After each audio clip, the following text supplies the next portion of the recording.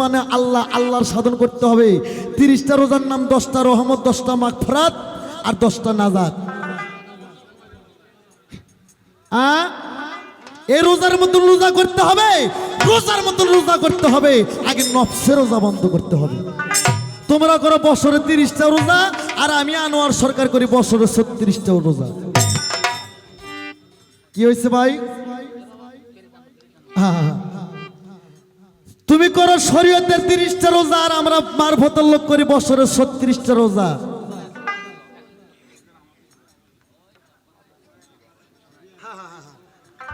আস্তে বাবা আস্তে। তাহলে 30টা রোজা, 10টা রহমত, 10টা মাগফিরাত, 10টা নাজাত। তাই ভক্তর এবার, তাই শরীয়তের মোল্লাকে বলবো, এবার রোজার মতন রোজা করো। আগে নফসের রোজা বন্ধ করো। খালি উপোস পড়লে ইবাদত হয় না, আল্লাহর সাধন হয় না। আল্লাহর সাধন করতে গেলে মন প্রাণ দিয়ে সাধন করতে হয়। আমরা নফসের রোজা করি, আমরা বছরে 36টা রোজা করি।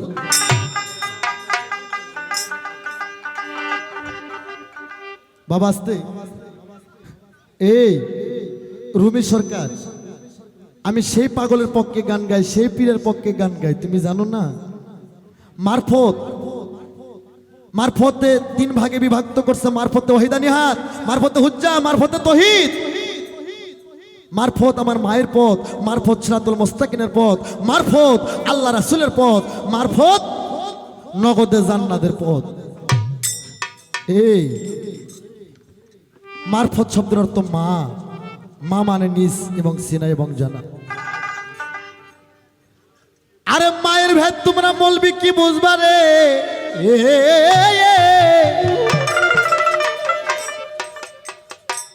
আমার মারফতের পাওয়ার কি তুমি জানো? আমার মারফতের পাওয়ার এক বর্তমান স্টেজে তুমি দেখবা মারফতের পীর কি করতে পারে। তুর বাগদাদ শহরে আসতে একটা মেয়ে ছিল। মেয়েটার গর্ভে থেকে একে একে 12টা মেয়ের সন্তান হয়ে গেছে। তাই মেয়েটা আবার গর্ভধারী। তাই মেয়েটার স্বামী বলছিল, আবার যদি তোমার গর্ভে কোনো মেয়ের সন্তান হয় আমি তোমাকে তালাক করব। মেয়েটার স্বামী ছিল গুরু ধরা লোক, আর মেয়েটার স্বামী গুরু ধরা ছিল না। স্বামীকে থুয়েই মেয়েটা তার পীরের কাছে যাওনি, বায়াত গ্রহণ করছে। হ্যাঁ, তুমি কইছো স্বামী থুয়ে এবার ইবাদত করতে হয়, আল্লাহর হুকুমও ফরজ, স্বামীর হুকুমও ফরজ। এই সেই স্বামীর হুকুম নারীরা পালন করবে, যে স্বামী আল্লাহর পথে, যে স্বামী ইবাদতের পক্ষে, যে স্বামী সাধনের পক্ষে, যে স্বামী তরিকতের পক্ষে, তারই সেবা করবেন। যে স্বামী ইসলামের পথে না, তরিকতের পক্ষে না, ও মায়েরা ওই স্বামীর খেজমত তো দূরের কথা, অর্থতা দুটো মুটকি মারবেন, কোনো পাপ হবে না। তুই খায় বেড়াস মত, তা তোক থুয়ে তো আমি আরেক জায়গায় মরি ধমন। হ্যাঁ, তুই মরলে আমি বলে কি তুই মরবি? যার যার কবরে তাকে একাই যেতে হবে। ওই মা ছিল অতি গরিব গো। আবার মেয়েটা গর্ভধারী, কয় এবার মেয়ের সন্তান হলে তো আমাকে তালাক করবে। তাই মেয়েটা 1 সের দুধ আর 1 হালি কলা জোগাড় কইরা, মেয়েটার একটা পীর ছিল, নাম ছিল তার আবু সালেক মুসা জঙ্গি।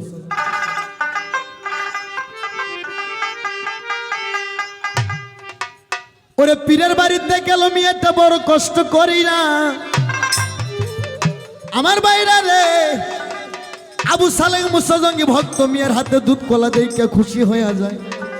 কয় মা এদিকে আই, দুগ্ধ কলা খাইলেন। কয় মা তোর চোখে কেন পানি? ওই ভক্ত মা বলতেছে, বাজান গো। পীর কিবলারে কয় আব্বাজান গো, আপনি একটু ধ্যানে পড়ে দেখেন তো আমার গর্ভের সন্তান একটা মেয়ের সন্তান না পুরুষ সন্তান। ওরে তখন আবু সালেক মুসা জঙ্গি পীর তার অন্তর জানে রে। ওরে ধ্যানে পড়ে কয় মা গো মা, তোমার গর্ভের সন্তান এটা মেয়ে সন্তান। তখন ওই ভক্ত মা বলছিল পীর সাহেবকে, আব্বা গো আমার গর্ভের মেয়েটা কি পুরুষ বানিয়ে দেওয়া যায় না? তখন আমার আবু সালেক মুসা জঙ্গি রাগ করে বলছিল, বেয়াদব মেয়ে, আমি হতে পারি পীর, কিন্তু আমি আল্লাহর পর্দা হাত বাড়াই না। ওই মা কানতে কানতে, এ আলেম সাহেব, তোরা 14,000 আলেম, তোদের দোয়া যদি আল্লাহ কবুল করতে দেরি করে, 14,000 আলেম এক জায়গায় দোয়া করবা, তোদের দোয়া কবুল করতে যদি আল্লাহ দেরি করে, কিন্তু একজন দুখুনি মায়ের দোয়া কবুল করতে আল্লাহ দেরি করে না। মা গো, ও মা, তোরে কোথায় যাই পাইব গো? আর মা কানতে কানতে রাস্তা দিয়ে গেল রে চলিয়া। আস্তে আমার একজন মারফতের ফকির একজন বাবা ছিল, 6 বছর বয়স, তার মা নাই।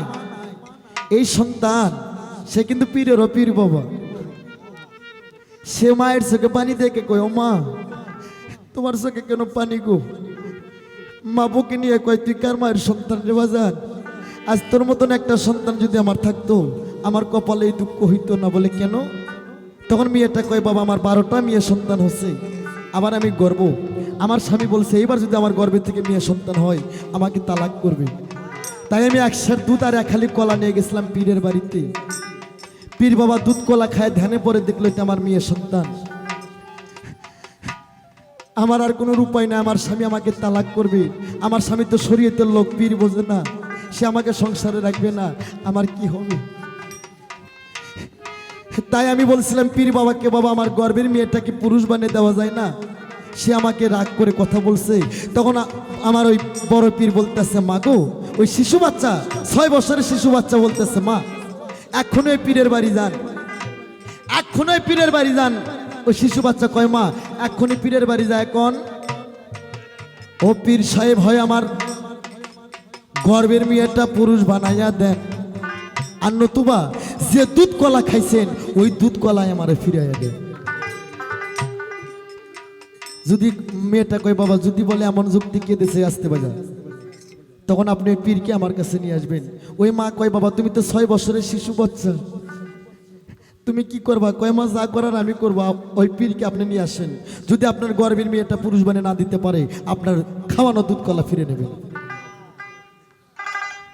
আমার ভাইরা রে, ওই মেয়েটা কানতে কানতে পীরের কাছে যায়, ডাকের সারা দেয়, বাবা গো বাবা গো। পীর সাহেব দরজা খুলে দেয়, কয়, মা কেন আইছো? মেয়েটা কানতে কানতে কয়, আব্বা গো আজ আমার গর্ভের মেয়েটা হয় পুরুষ বানায় দেন, আর নতুবা যে দুধ কলা খাইছেন ওই দুধ কলা আমারে ফিরাইয়া দেন। ওরে তখন ওই পীর সাহেব বলতেছে, তোমাকে এমন কুযুক্তি কে দিয়েছে? ওরে তখন মেয়েটা কয়, আমার সাথে আসেন। ওরে তখন আবু সালেক মুসা জঙ্গি মেয়েটার পিছে পিছে রওনা হলেন। যায় দেখে আবু সালেক মুসা জঙ্গির জন্ম দেওয়া সন্তান, যার নাম হাই বড় পীর আব্দুল কাদের জিলানী কুতুবের আব্বানি, আরেক নাম তার মহিরুদ্দিন গাউসুল আজম আব্দুল কাদের জিলানী, পীরেরও পীরনি অলিদের শিরোমণি, যার নাম শুনলে আগুন নিবে হয় রে পানি। 6 বছরের শিশু বাচ্চা বড় পীর আব্দুল কাদের জিলানী কয়, আব্বা গো আপনি কেমন পীর হয়েছেন? একজন দুকুনি মায়ের মনের দুঃখ বুঝতে পারেন না। তখন আবু সালেক মুসা জঙ্গি ঠাস করে বড় পীরের গালে একটা থাবর দিলেন। ওরে জিলানী কইতাছে, আব্বা গো বাবজান একটা থাপ্পড় মারছেন, মেয়েটার গর্ভের মেয়ে আমি পুরুষ বানাইয়া দিছি। বাড়ির যে 12টা মেয়ে আছে তাদেরকে পুরুষ বানাইয়া দিছি। আর একটা থাপ্পড় যদি মারেন গো, আল্লাহর কসম খেয়ে বললাম বাগদাদ শহরে ইরাকের মধ্যে একটা মহিলা রাখবো না, সমস্ত দেব আমি পুরুষ বানাই। এই জন্য পৃথিবীতে যত মুসলিম কান্ট্রি আছে তার মধ্যে ইরাকের মধ্যে আজমিয়ের সংখ্যা কম আছে। আমার পীরেরা কি করতে পারে? এক থাপ্পড়ে তোদের মতন মৌলবীর বউ বেটি গো পুরুষ বানাইতে পারে। সেটা আমার বাবা পীর, মারফতের ফকির, পীরেরও পীর, অলিদেরও অলি। নবীর পর যদি কেউ নবী হইতো, বড় পীর আব্দুল কাদের জিলানী নবী হইতো। তোমরা ও আবি মার্কা মৌলবীরা কও নবীর পর কেউ নবী হইলে উমর হইতো। হ্যাঁ, যে উমর সারা জিন্দেগি নবীর দুশ্মনী কইরা গেছে সে বলে নবী হইতো। ওই হাদিস আনোয়ার সরকার মানে না, এতে কয় বস্তা পাপ হইব। এই উমর একদিন নবীর মাথা কাটে নেওয়ার জন্য গেছিল, মা ফাতেমার পেটে লাত্তি দিয়ে 6 মাসের গর্ভের সন্তান শেষ করে দিয়েছিল। আমার নবী নিজে বলছিল, উমর আমার ফ্যামিলির অবস্থা ভালো না, আমার মেয়ে অসুস্থ, খেজুর বাগানটা লেকে দিতেছে, আজ পর্যন্ত এই মক্কার লোকেরা নেকে দেয়নি। আর সেই হাদিস তুমি আমার কাছে শোনার পর আনছো না? আমার আল্লাহ কয় আমি তাকে বেহস্ত দেই যারা মা ফাতেমাকে ভালোবাসে, যারা হাসান হুসাইনকে ভালোবাসে, যারা হযরত আলীকে ভালোবাসে, যারা নবীকে ভালোবাসে, আমি তাদের জন্য জান্নাতের টিকিট রাখছি, কাল হাসরে তারা বেনি হিসেবে জান্নাত পাবে। আর তোমরা কোন নবীর পর কেউ নবী হইলে উমর হইতো, আবু বকর হইতো না? তোমার ওইসব হাদিসের সাথে যেন আনোয়ার সরকারের দেখা না হয়। তাই মায়ের যে কি, মা যে কি ধন, এইটা তরিকতের যে শিরোমণি আমার নবী সেও বুঝছে। মায়ের গর্ভে থাকতে বাবা মইরা গেছে, 6 বছর বয়সে মা মইরা গেছে। নবীর পর নবী হইলে জিলানি নবী হইতো, আমার জিলানু বুঝছে 6 বছর বয়সে মাকে হারায়া মা যে কি ধন। দরদিরি মারফত মায়ের পথ, আমার বাবাজিরা যারা আছেন সকলেই মায়ের সেবা করবেন, মায়ের খেদমত করবেন। মায়ের চরণ তলে জান্নাত, এটা হাদিস বুখারী শরীফের মধ্যে আছে। বেহস্ত মক্কায় গেলেও হয় না, নামাজ পড়লেও বেহস্তর চাবি পাওয়া যায়, কিন্তু এখানে হাদিস বুখারী শরীফের মধ্যে বলছে মায়ের পায়ের তলে সন্তানের জান্নাত। মার খেদমত যদি কেউ না করে, মাকে যদি কেউ ভক্তি না করে, ওই 14,000 বছর নামাজ পড়লেও অন নামাজ আল্লাহর দরবারে কবুল হবে না। আজ নামাজ যদি 2 ওয়াক্ত কমে পড়েন কোনো পাপ হবে না, যদি গর্ভধারী মায়ের সেবা করতে পারে, যদি মায়ের হক আদায় করতে পারে। তাই দরদি আজ কি বলবো, দুঃখের কথা। আমার গুরু বলছে বাজান রে, যার দুঃখে দুঃখে জীবনটা গড়া তার কি আসার বেতা ভরা। আজকে যে আমরা এখানে গান গাচ্ছি বাবা, পালাটার শুরুতেই অনেক নেতা সাহেবেরা কথা বললেন, ফুল 1:30টার দিকে আমরা মঞ্চে উঠছি বাবা। যাই হোক, কতটুকু আপনাদের বুঝাইতে পারলাম আমি জানি না, পালা কেবল শুরু, সামনে অনেক মজার কথা আছে। তো যারা খাঁটি মায়ের সন্তান আছেন এই জায়গায়, এই আসনের মধ্যে হয়তো কেউ মাকে হারাইছে, হয়তো কেউ বাবাকে হারাইছেন, হয়তো কেউ জোরের ভাইকে হারাইছেন। যে পৃথিবীতে হারাই গো, সেই বোঝা হারানোর কি জ্বালা। যাক সাপ না ডংসিছে গো, সে কোনোদিন সাপের বিষের ব্যথা বুঝতে পারবে না। তাই বাজান, আমি এখানে গান গাইতেছি, আজ কোনো ভাবের লোক, কোনো মায়ের সন্তান যদি থাকে, আমি একটা গান গাবো। এই গানে যদি কোনো খাঁটি মায়ের সন্তান, কোনো ভক্তবিন্দু যদি আমাকে 10, 20, 50, 100 টাকা করে দান করেন, এই দান আজকে কোনোদিন হারাবে না গো। এই দানের বিনিময়ে আল্লাহ তার জীবনের গুনাহ মাফ করবে। আজকে আছে খাঁটি মায়ের সন্তান, হয়তো যারা মাকে হারাইছে, যার বাইসে আছে বাবা তারা বুঝবো না, যারা হারাইছে সে তো বললে হারানোর কি জ্বালা।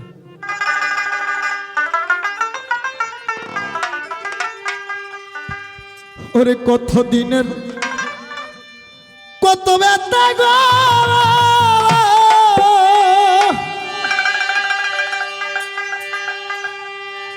ওরে ব্যথায় আমি সামলায়া তুসি মনে, ব্যথার বন্যা বই এরা যাইব রে। আমার ব্যথা মানুষই যদি যান বাজান রে, ব্যথা কারে বলবো গো, এমন দরদি আমার আর কেউ নাই।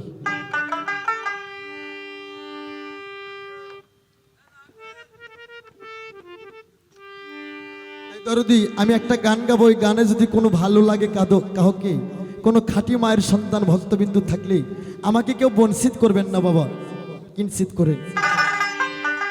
কত দিনের কত ব্যথা গো, ওরে ব্যথা সামলায়া তুসি বলে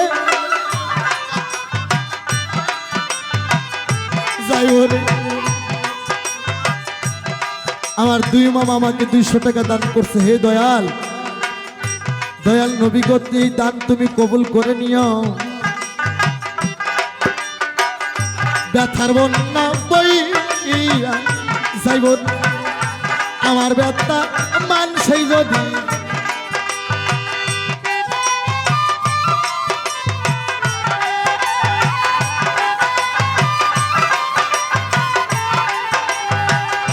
থাইকা থাইকা মনে ওঠে এ জাঙ্গির বাজান, আগের ব্যথার কথা থাইকা থাইকা মনে ওঠে গো, আগের ব্যথার কথা।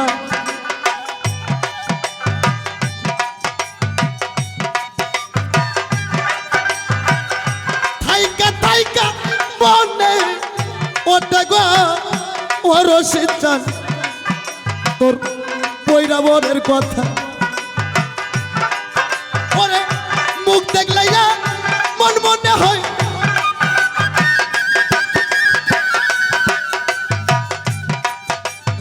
আর এক ভক্ত আমারে 100 টাকা দিল।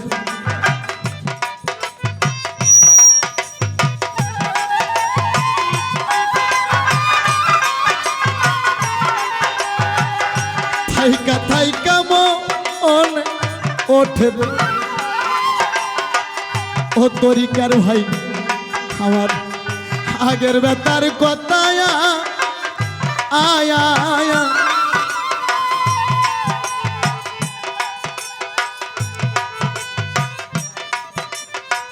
মুখ দেখলে মন মনে হয়,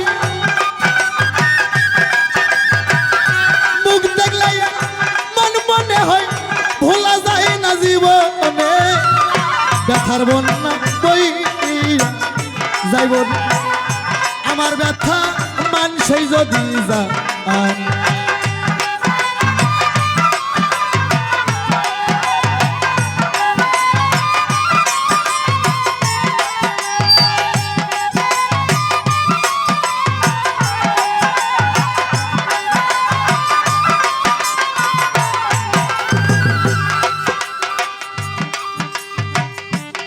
তাই যারা আমার সঙ্গে সাথী রে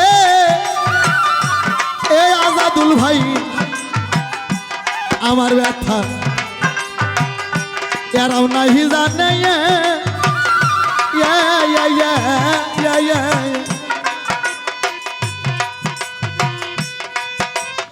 আমার আর এক ভক্ত আমারে 200 টাকা দান করছে। হে দয়াল তুমি কবুল করো আমার তরিকতের লোক।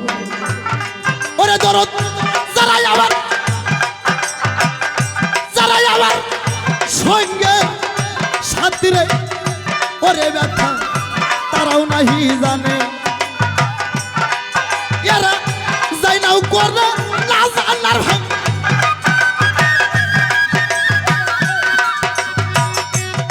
আর এক ভক্ত আমারে 200 টাকা দান করছে। দয়াল তুমি কবুল করো।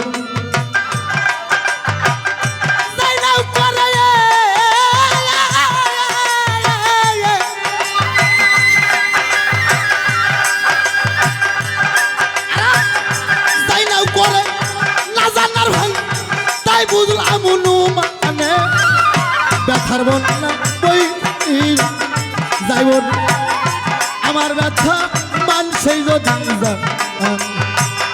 কত দিনের কত ব্যথা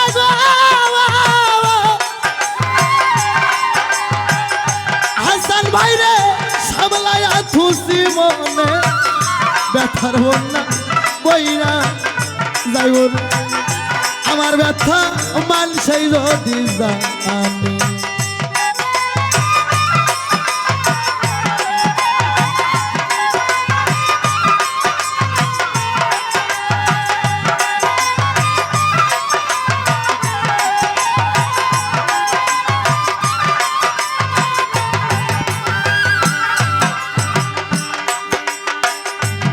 ধন্যবাদ।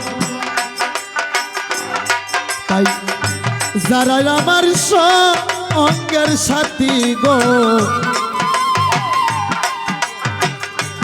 ও সুদা ভাই আমার ব্যথা তারাও নাহি জানে,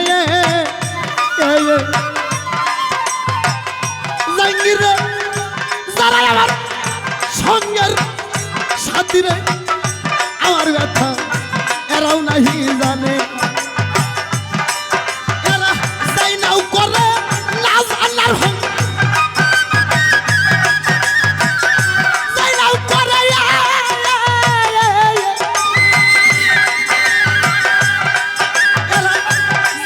করে না জানার ভাই তাই বুঝলাম মানে ব্যথার বন্যা বই যাইব গো আমার ব্যথা মানুষই যদি যা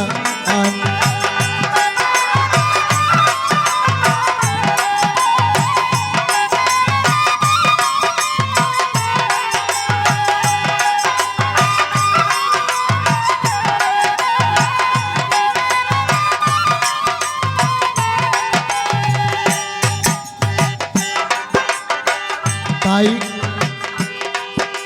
আমার ভক্তরে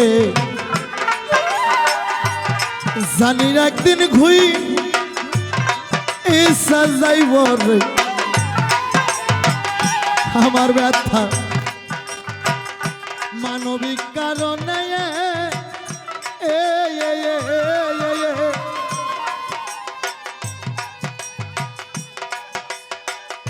জানি একদিন গুইসা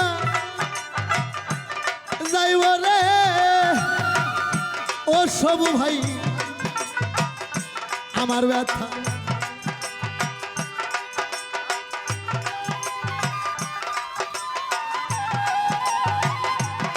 ওরে জানি একদিন গুইসা যাইব রে ও সবু ভাই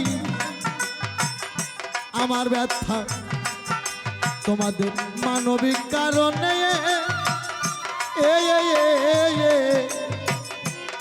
দরদ রে জানি একদিন গুইসা যাইব রে আমার ব্যথা মানবিক কারণে ওরে সেদিন আর শীত থাকবে না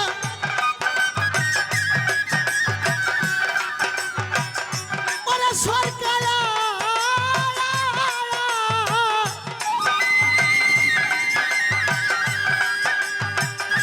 ওরে সরকার সেদিন আনোয়ার থাকবে না তোদের প্রেম প্রীতির বাঁধনে ব্যথার বন্যা বই যাইব গো আমার ব্যথা মানছেই যদি যা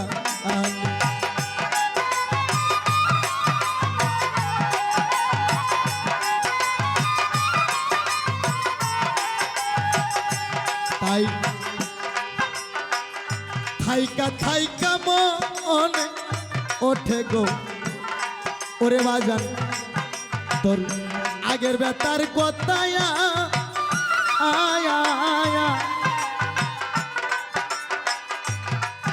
ও সালেন্দার ভাই থাইকা থাইকা মনে ওঠে রে ওরে ভক্ত তোর আগের বেতার কথায়া আয়া আয়া মুখ দেখলে মন মনে হয় ভোলা যায় না জীবনে ব্যথার বন্যা বই যাইব গো আমার ব্যথা মানছেই যদি যা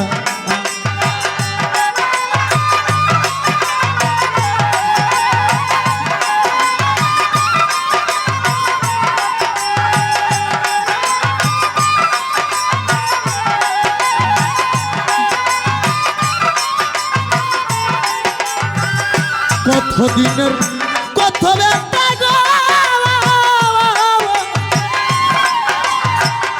সোহেল ভাই রে সামলায়া থুসি মনে ব্যথার বন্যা বইরা যাইব রে আমার ব্যথা মানছেই যদি যা ব্যথার বন্যা বইরা যাইব রে আমার ব্যথা মানছেই যদি যা ব্যথার বন্যা বই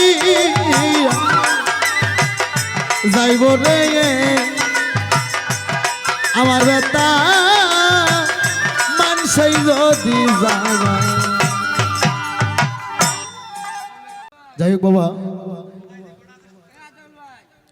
কমিটির তরফ থেকে পালা শেষ ঘোষণা দিছে তবে আমি বৈরবরের ভক্ত আমি আমার দাদা গুরু পুরান ঢাকা গোলাম মাওলা রেজবি রূপে তুলাসান সেই দরবারে মানুষ আমি পাঞ্জাতনকে আমরা ভালোবাসি গান এখানেই শেষ হবে কমিটির আদেশ দিন সময় ভালো না রাত অনেক হয়ে গেছে তবে আমি পাঞ্জাতনকে এবার পরিশোধ না করে কি করে শেষ করি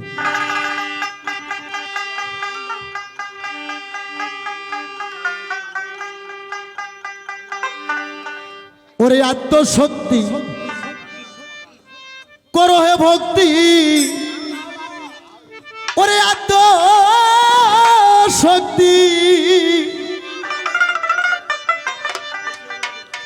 করো হে ভক্তি বাবা মুক্তি পাইবা সংসারে ওরে পাঞ্জাতন জীবনের জীবন হে ভব সংসার। কি কই মুবাজান, গান গাওয়ানোর সময় নাই। ওরে পাঞ্জাতন জীবনের জীবন হে ভব সংসার, ওরে পাঞ্জাতন জীবনের জীবন হে ভব সংসারে।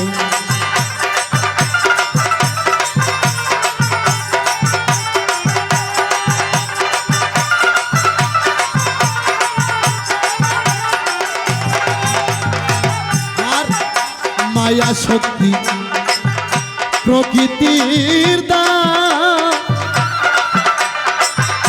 উম্মতের দায় হুজুর আমার খাতা দিল গায়ে। মায়া শক্তি প্রকৃতির দান, জাঙ্গিরে উম্মতের দায় নবী আমার খাতা নিল গায়ে। খাতার গায়ে আগুন জ্বলে মারো ভক্তি ভেদে বলে।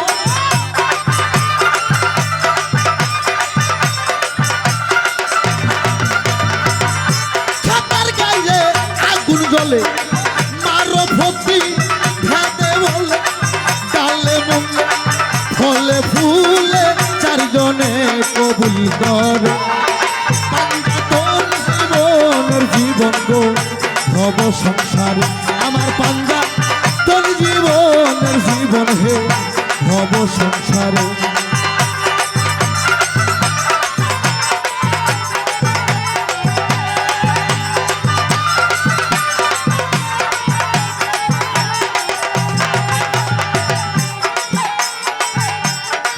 তাই মায়ার নাসিকাতে আলী মর্তজা কণ্ঠে ছিল দমের মাদা ছিল লুখালয়। মায়ার নাসিকাতে আলী মর্তজা কণ্ঠে ছিল দমের মাদা ছিল লুখালয়। আরে মস্তকেতে তিন পয়গম্বর, মস্তকেতে তিন পয়গম্বর, মস্তকেতে তিন পয়গম্বর নিয়া ভাষ্যে নিরাকার। পাঞ্জাতন জীবনের জীবন হে ভব সংসারে।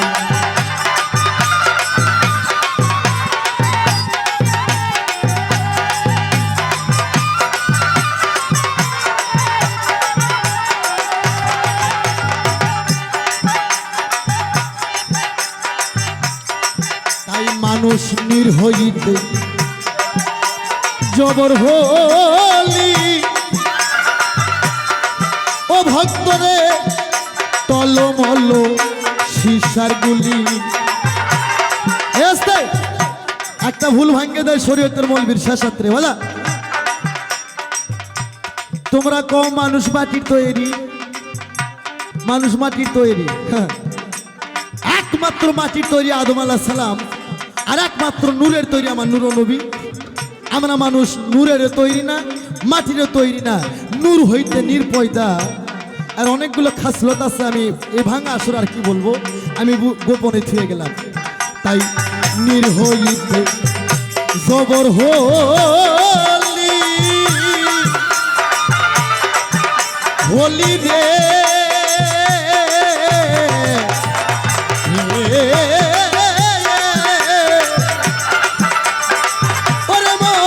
টলমল শিশার গুলি। ওরে আদম চান্দাই পরে স্থলি,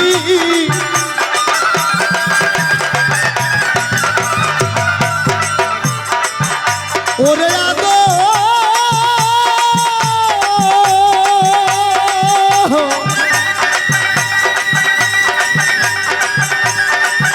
ওরে আদম চান্দাই পরে স্থলি, ওরে আদম চান্দাই পরে স্থলি। মদন করল কলির ঘর। পাঞ্জাতন জীবনের জীবন গো ভব সংসার, ওরে আত্মশক্তি করো হে ভক্তি।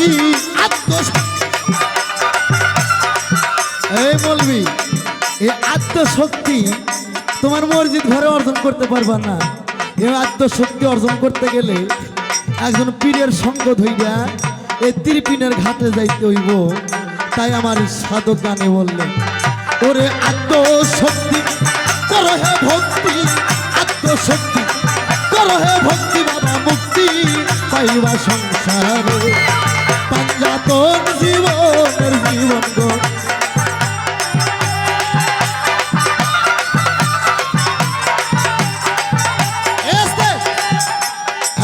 100টা গ্রিন নিয়ে আনোয়ার সরকার কবরে যাইব না। তুমি কলেমার কথা বলছো, মারফতের কলেমা কি? শরীয়তের কলেমা আছে, শরীয়তের কলেমা লা ইলাহা ইল্লাল্লাহ মুহাম্মাদুর রাসূলুল্লাহ। কারো জীবনে যদি 2800 বছর যাবে, এই কলেমায় তার হাতে হ্যান্ডকাপ লাগায়া হাসতে হাসতে জাহান্নামে পৌঁছে দিবে। এই কালেমার যদি জাত সিফাত না জানে, নবী জাত না জানে। আর আমার মারফতের কলমা, তোমার সময় নাই, তোর বাপ দাদা খবর কইরা দিতে আসতে হবে, কিন্তু আজকে সময় পাইলাম না। আগুন পাক, নূর পাক, মাটি পাক, বাতাস পাক, পানি পাক। নূরে সাফার ঘরে দয়াল নবী,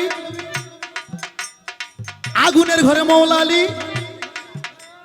বাতাসে ছোট ইমাম, পানিতে বড় ইমাম, আর মাটিতে ফাতেমাতুম জহুরা। এই 5 জনের ভেদ যাই না, দেহকে মোহমুক্ত কইরা সম্মুখ পীরের সঙ্গ ধইরা তোমার দেহটা একটা কলেমা হয়ে যাইব। আমি তোমার এই কলেমার আর প্রয়োজন নাই। শক্তি করো হে ভক্তি, আত্মশক্তি করো হে ভক্তি, বাবা মুক্তি পাইবা সংসারে।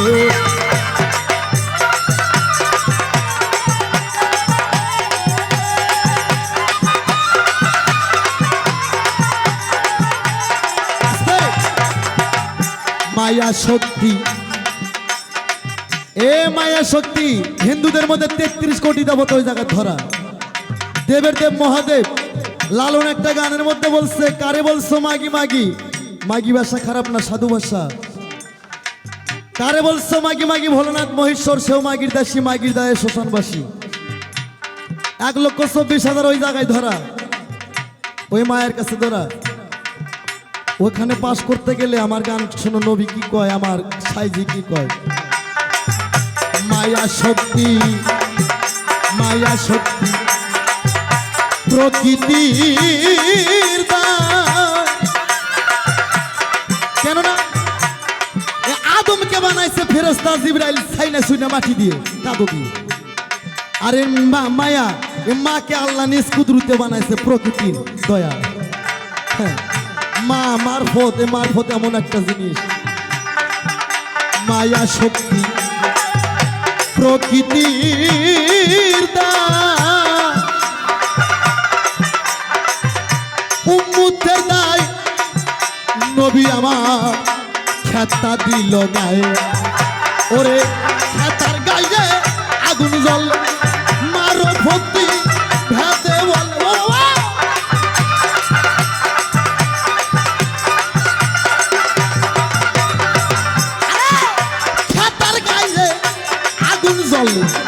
মারো ভক্তি ভেদে বল, ডালে মূলে ফলে ফুলে চারজনে কবুল করে। পাঞ্জাতন জীবনের জীবন গো ভব সংসার। ওরে আত্মশক্তি করো গো ভক্তি, আত্মশক্তি করো হে ভক্তি, বাবা মুক্তি পাইবা সংসারে। পাঞ্জাতন জীবনের জীবন হে ভব সংসার। ওরে আমার পাঞ্জাতন জীবনের জীবন হে ভব সংসারে। যাই হোক দরদি, আসলে বাজান গান জ্ঞানী লোকেরা শোনে, এক বিঘে আবাদ করলে 16 আনা ধান হয় না, কিছু পাতান হয়। পাতানগুলো কিন্তু আগের হয়ে হয়ে চলে গেছে, ধানগুলো আসলে এই জায়গায় আছে। তো কি বলবো, আমার দুঃখ রইল, মনে কষ্ট নেই না। আমার জীবনে যত পালা আমি করছি, আজকের পালা হইল নিকৃষ্ট পালা। এরকম নিকৃষ্ট পালা আনোয়ার সরকার করে না, হ্যাঁ, কোনোদিন কাউরে গাইতেও দেয় না। কি করবো বাবার সময়ের অভাব, আপনাদের কমিটির ভুলের কারণে এই বেশি কথা বক্তব্য দেওয়ার জন্য, বেশি ক্যান্ডিডেট দাওয়াত করার জন্য এই অবস্থাটা হয়ে গেছে বাবা। দেশ দুরন্তরের লোক তারা কতক্ষণ থাকবে? তো যাই হোক, যেটুকু গাইলাম আমার গাওয়ার মধ্যে ভুল হলে সবাই ক্ষমা করবেন, যে ক্ষমা করে সেই তো মহৎ বাবা। তবে আমার কার্ড দেওয়া থাকবে, যদি কারোর দরকার লাগে আমাকে যোগাযোগ করবেন। মনের তৃপ্তি মিটে গান, এটা আজকে আনোয়ার সরকার গাইতে পারলো না বাবা। আমরা সাটা আল্লাহ শিল্পী, আমাদের গুরুর সাটা, আমরা যারা আছে বাংলাদেশে যতগুলো আছি, আমাদের গানের একটা সাটা আছে বাবা, এটা উঠলে থামান খুব কঠিন।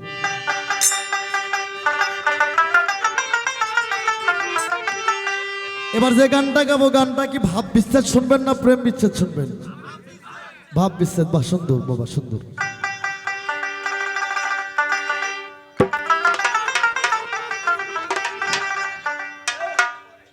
বাবা ও প্রেম সূক্ষ্ম রক্ষ দার্শনিক মধুর প্রেম,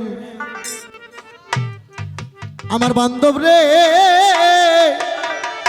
যে প্রেম মা ফাতেমা সাইকে করে প্রতি ভজনা, এমন প্রেম নিগুড়ি নীলা বুঝিতে কয়জন পারে? যার মধ্যে প্রেম নাই, এই বেটা মানুষ মার্ডার করতে পারে। কোন প্রেম? ও প্রেম যারাই যারাই জানে গো, যার সাথে তার ভাবের প্রীতি, আল্লাহর সাথে নবীর প্রীতি, গুরুর সাথে ভক্তের প্রীতি তারাই তারাই জানে গো, যার সাথে যার ভাবের প্রীতি।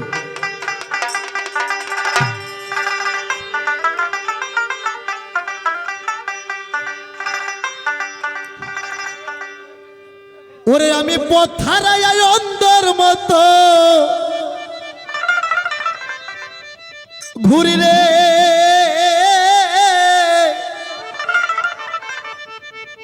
ও দুঃখী বান্ধব রে,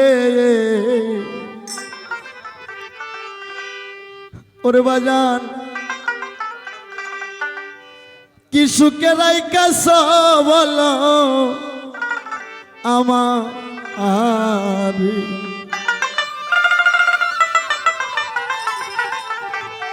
বাবা এটা নাচানাচির গান না বাবা, বেশি নাচলে ভান্ডমে মাল থাকবো না, খালি হয়ে যাবে। তাই গান বাবা বুঝতে হবে, গান সবার জন্য না। ওই আমি পথ হারাইয়া অন্তর মতো ঘুরি রে, আমি পথ হারাইয়া অন্তর মতো ঘুরি রে, ও দুঃখী বান্ধব রে,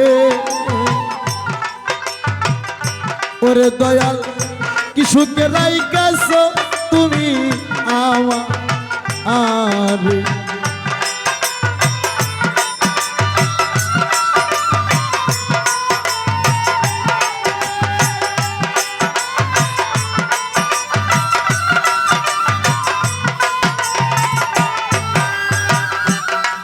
ও তরিকার ভাই বনের মাঝে লাগলে আগুন, সবাই যায় দৌড়াইয়া, মনের মাঝে লাগছে আগুন, কেউ দেখে না আইয়া। বনের মাঝে লাগলে আগুন গো, ও দরদি সবাই যায় দৌড়াইয়া,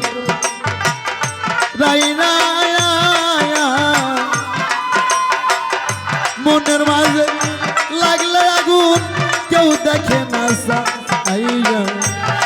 ওই আমি পাইলে তারা দেখাইতাম বকশি রে,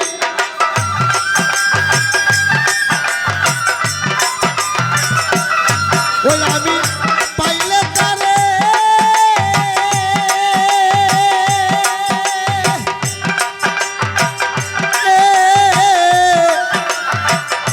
পাইলে তারে দেখাইতাম বকশি রে, ও দুঃখী বান্ধব রে, কি সুখে রাইকাছ বান্ধব আমার।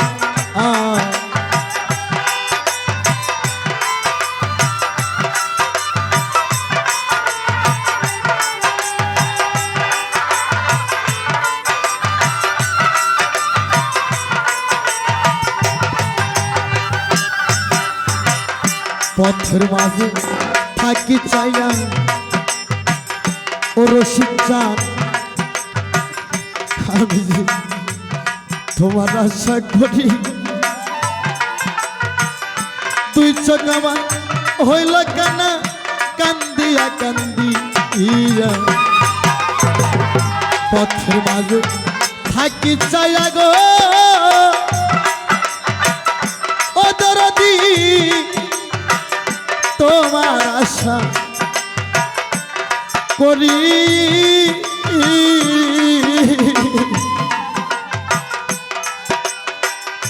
দয়াল দুই চোখ আমার হইল কানা কান্দিয়া কান্দিয়া ও দয়াল আর কত কাল কান্দাইবা আমার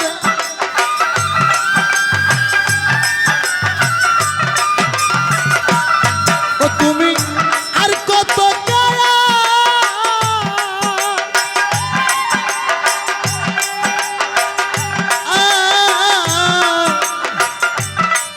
তুমি আর কত কাল কান্দাইবা আমার ও দুঃখী বান্ধব রে কি সুখেরাই কাছ দয়াল আমার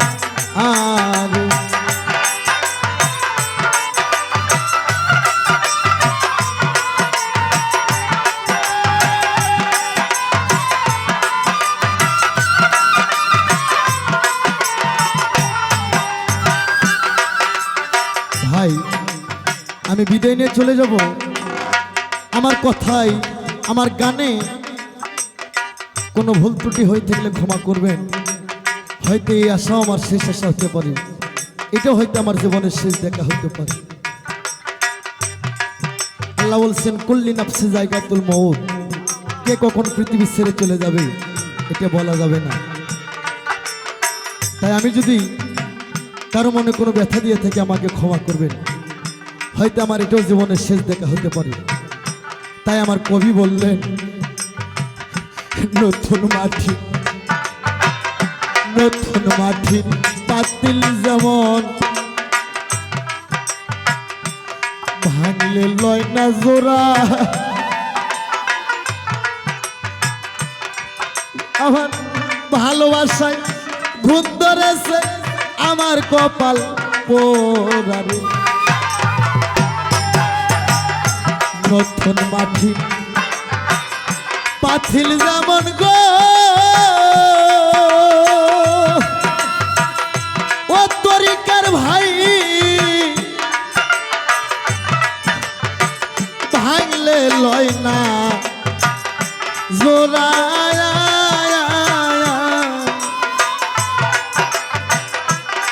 আমার ভালোবাসায় ঘুম ধরেছে আমার কপাল পোড়ারে এই জীবন রাখতে চাই না আইনুল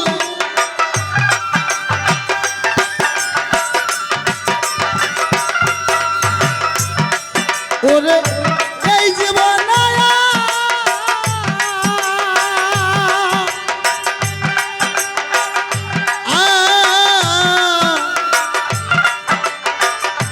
এই জীবন রাখতে চাই না আনোয়ার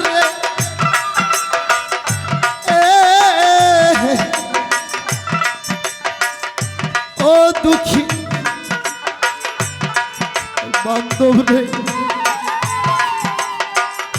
ও সানাল সান কি সুখেরাই কাছ তুমি আমার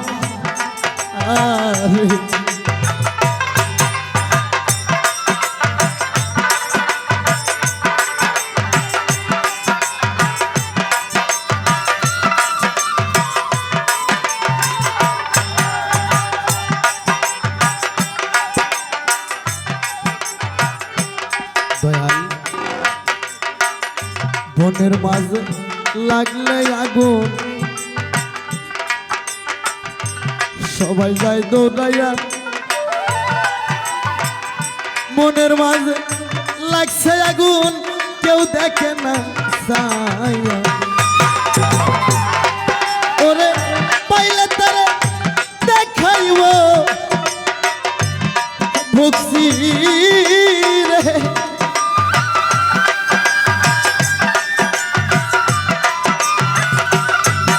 আমি পাইলে তারে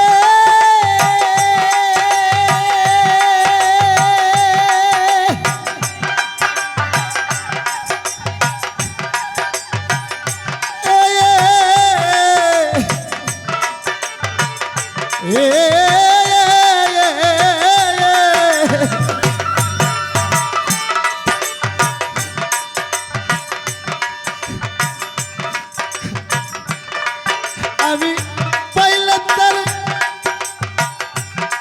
দেখাইতাম বক্সি রে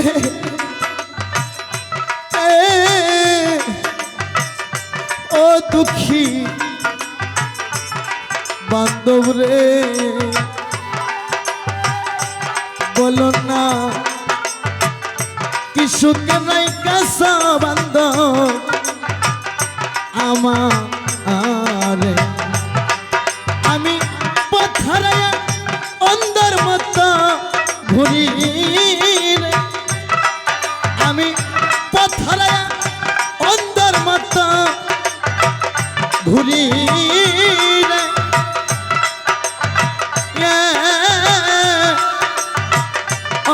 দুঃখী বান্ধব রে কি সুখের কাছ তুমি আমার ওরে দয়া